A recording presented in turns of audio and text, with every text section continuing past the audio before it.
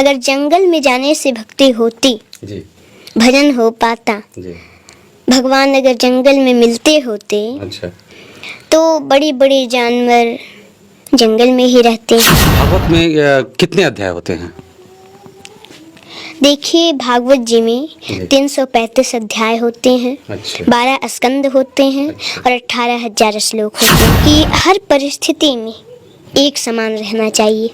अच्छा। कोई अगर खुशी की बात हो उसमें ज़्यादा प्रसन्न भी नहीं होना चाहिए, अच्छा।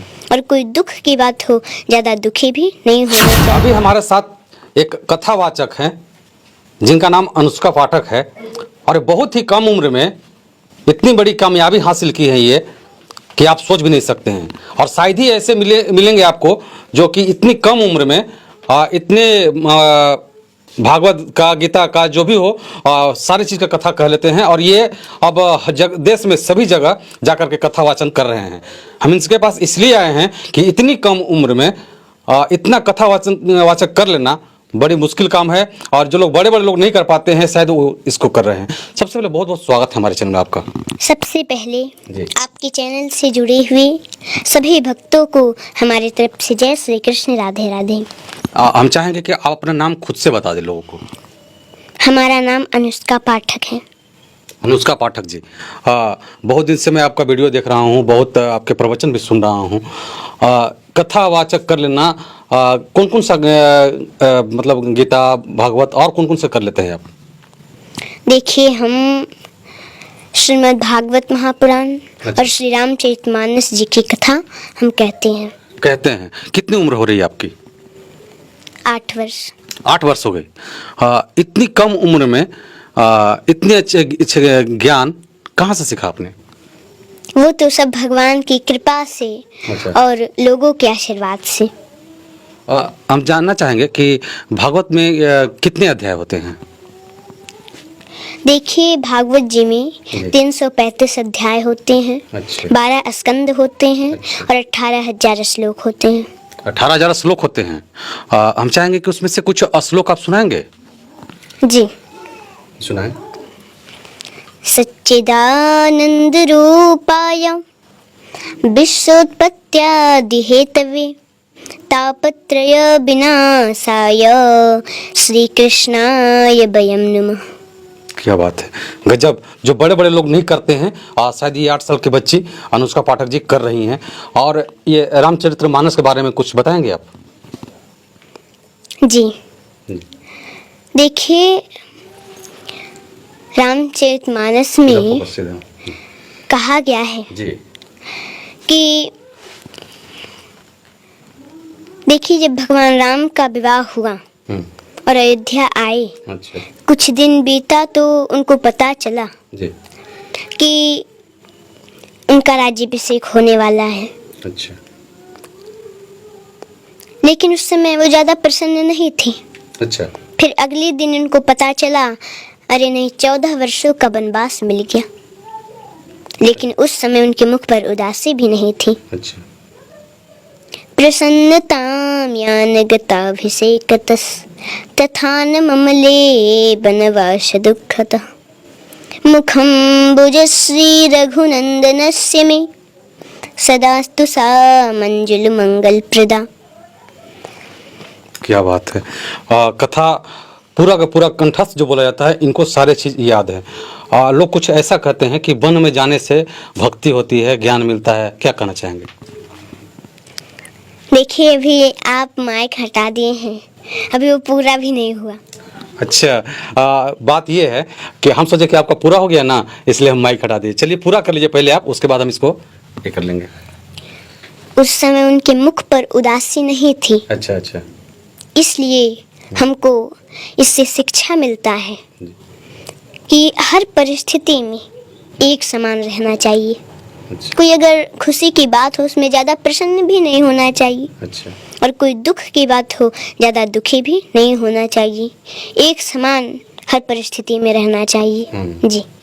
दुख आते रहता है, सुख आते रहता है, जाते रहता है, जाते रहता है। ये तो दुनिया का दस्तूर है, ऐसे ही होते रहता है। जो मैंने सवाल आपसे पूछा याद है? भक्ति को लोग बोला जाता है कि भक्ति कहते हैं कि जंगल में ही एकांत जगह में ही होता है, क्या कहना चाहेंगे? देखिए ऐसा कुछ नहीं है। अगर जंगल में जाने से भक्ति होती जी भजन हो पाता, जी। भगवान अगर जंगल में मिलते होते अच्छा, तो बड़ी बड़ी जानवर जंगल में ही रहते हैं क्या बात कर दी आपने।